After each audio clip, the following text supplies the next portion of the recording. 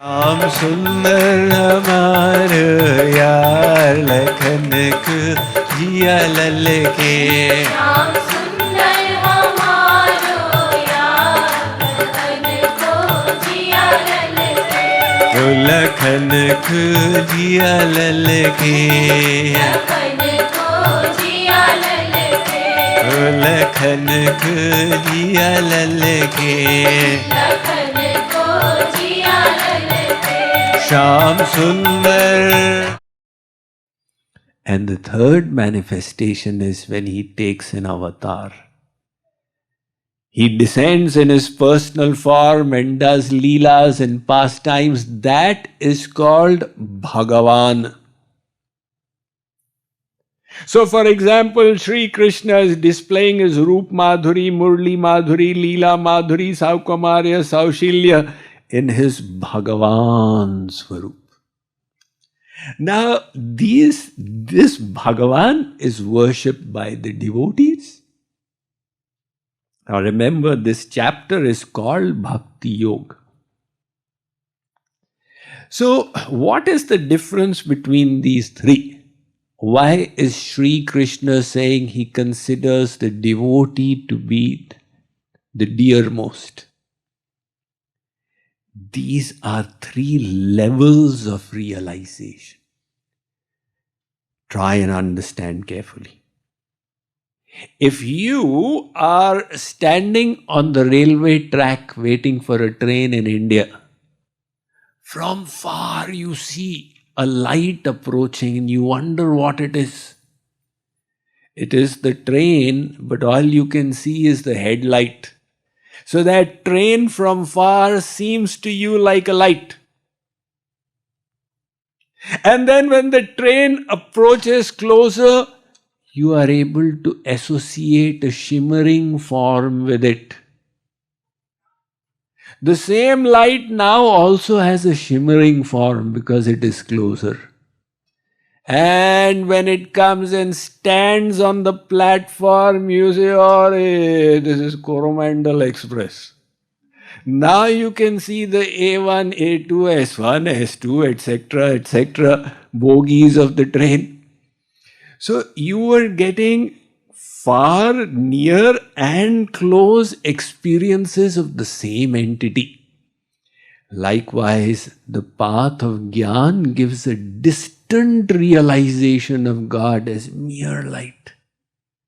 The path of Yoga gives a closer realization of God as the indwelling Paramatma. And the path of Bhakti gives the complete realization of his personality as Bhagavan. That is why, in the 18th chapter, Sri Krishna says, Bhaktya mam abhijanati yavan yaschasmi tatvatah tato mam tatvato gyatva vishate tadanantaram. Arjun, by bhakti alone will you understand the secret of my personality and enter into my being. So the difference between these three realizations is in the rasa.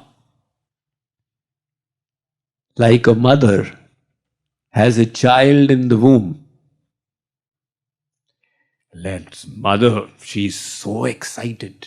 First child. She's thrilled. Because creation has chosen her to manifest life. And the emotions are already filling her heart. It's such an exciting time.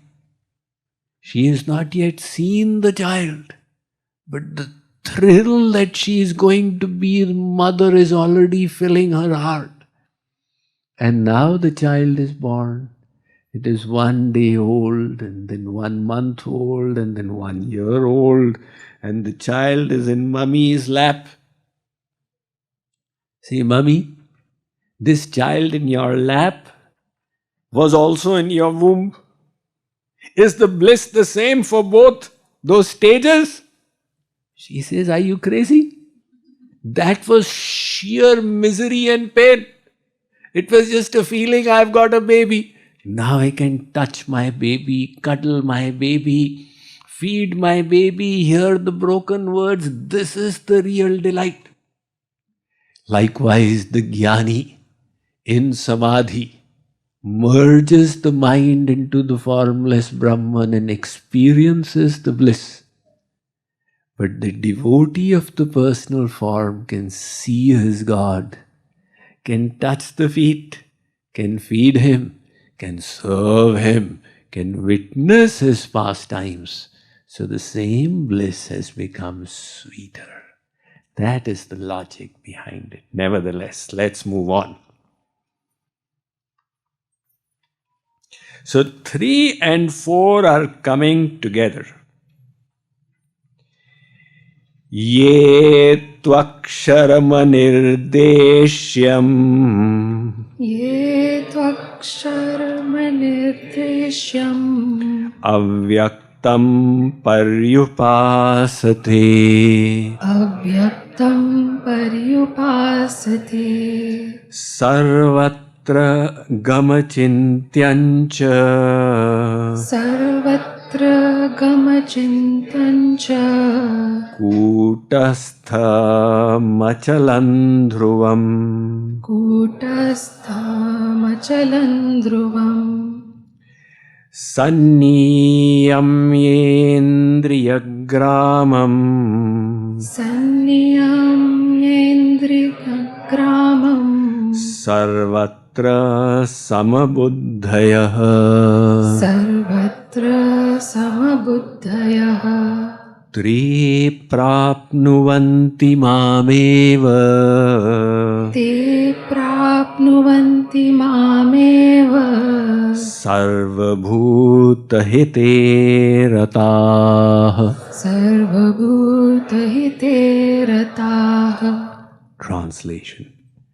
But those who worship the formless aspect of the absolute truth, the imperishable, the indefinable, the unmanifest, the all-pervading, the unthinkable, the unchanging, the eternal and the immovable, by restraining their senses and being even-minded everywhere, such persons engaged in the welfare of all beings also attain me. So Sri Krishna is not denying worship of the formless. He's saying, you worship the formless, you will also attain me. He's giving you the freedom. Yo yam tanum bhaktaha shraddhayar chitumicchati tasya tasyachalam shraddham tameva vidadhamyaham. Says Arjuna, I am seated in your heart. When you choose to worship the round shaligram, I create faith in your heart to facilitate your worship of it. When you choose to worship a form of God, I bestow the faith that enables the connection to happen. If you choose to worship the light, I will enable you to develop that connection. So he is giving you that freedom to worship him in so many ways. And this is the proof of it. He just said worship of the formless is so sweet. And now he says those who worship the personal form will also attain me. This is the beauty of our Hindu religion. It is so vast and wide in its perspective.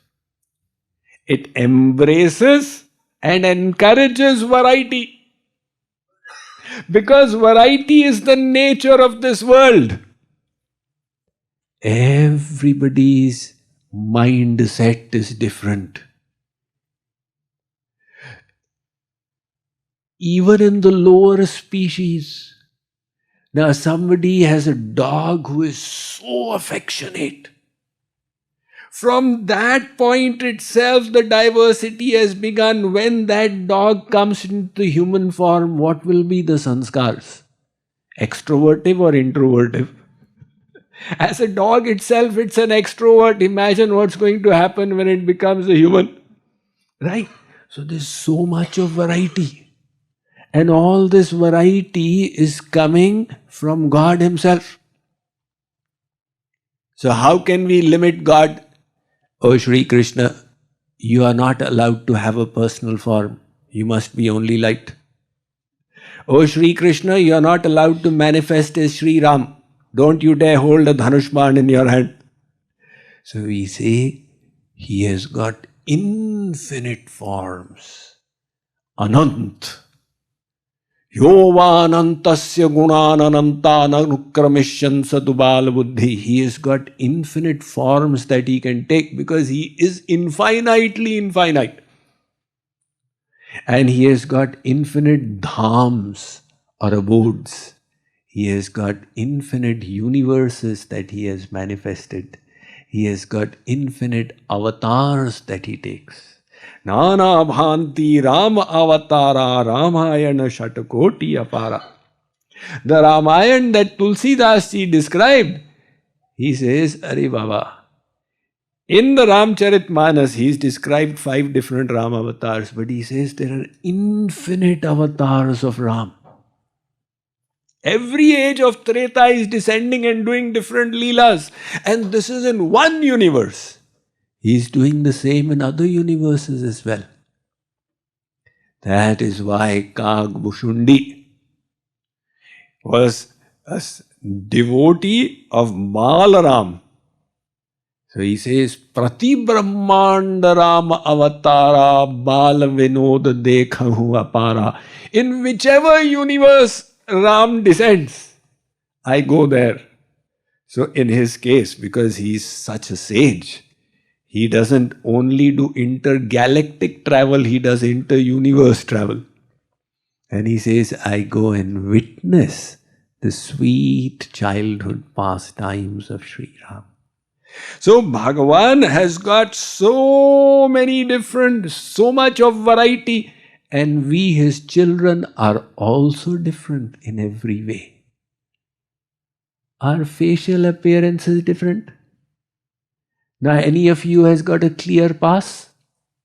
Nowadays on the airports you can get a clear pass, right? Because I am such a frequent traveler, invested in a clear pass. But all you need to do is look there. From your eyes, they'll bring up the image. Swami Mukundananda, yes. Everybody's retina is different. Or if this doesn't work, they say, okay, just put 2 fingers here. 2 fingers is all it takes, which means all of us have got different biometrics for 2 fingers. Nowadays, when you enter the United States, you don't need to actually even show your passport. They just say, stand in front of the camera. Okay, they'll pull it up. Of course, they may stamp it, that's a different matter. So, we all are different in every way. That is why your windows, it recognizes you.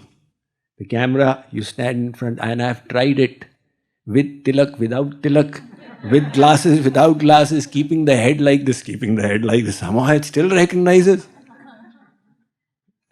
So, God accepts this variety, permits the variety in the different forms of spirituality. He is not saying that worship of the formless is wrong. He is only saying you will get a higher rasa from the worship of the personal form. Let us move on to the next one.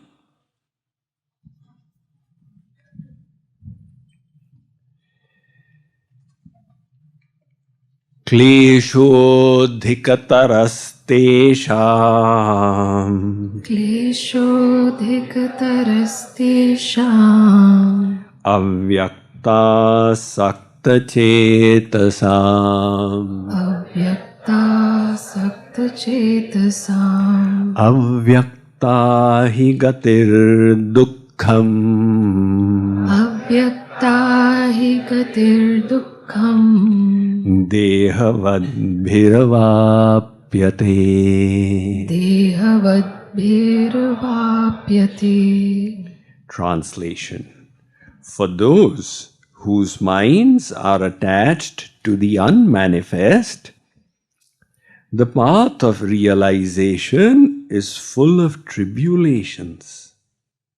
Worship of the unmanifest is exceedingly difficult for the embodied beings.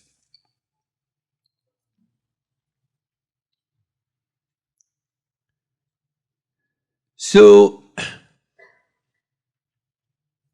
Advaitvada says non-dualism. There is only one entity, and it is free from devoid of attributes, forms, manifestations. Nirgun, Nirvishesh, Nirakar. Dvaitvad says the complete reverse. Dvaitvad says that one soul is different from the other. We are all different. Maya is different from Maya. I am speaking from the mic, not from the stand. So there's a difference between the mic and the stand. Now you say Advait, so you speak from the stand then. There's a difference between the soul and the material energy. There's a difference between the material energy and God. And there's a difference between God and the soul. So Madhvacharya, he talked about the prapanch, the 5 differences. Well, the reality is that both of these are perspectives, Advait and Dvait.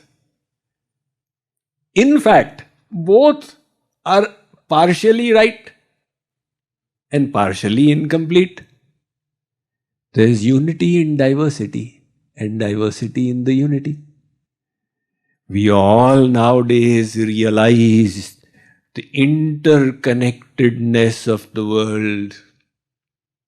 We realize that factories guzzling out smoke in one industrialized country are impacting the climate of the entire world. We realize that an oil spill somewhere close to the coast of Louisiana impacts the whole environment of the world. So, the interconnectedness is quite evident now. There is the eco chain, and one little living being from that, let us say if the earthworms were to vanish, my God, the whole thing would collapse. So naturally, there is unity. We are all part of the world. Every time we breathe in, the molecules that are coming in were released by the shrubs from the 7 oceans and the 7 continents. And they are becoming a part of us. And the molecules that were a part of us are going into the environment. So this body, which seems to be stationary, is in a constant state of flux. In 1 year, 98% of your molecules will change. The molecules of the world will become part of you. The molecules in you will become a part of the world. So, we are all one, and yet we all have our distinct individualistic personalities. Sri Krishna is saying here that worship of the personal form will be easier. Worship of the formless will be full of tribulations. Why so? Why? Because he says we all possess a form. In endless lifetimes, we have been habituated to interacting with forms. That has become the sanskar of our mind, our subconscious, the chit.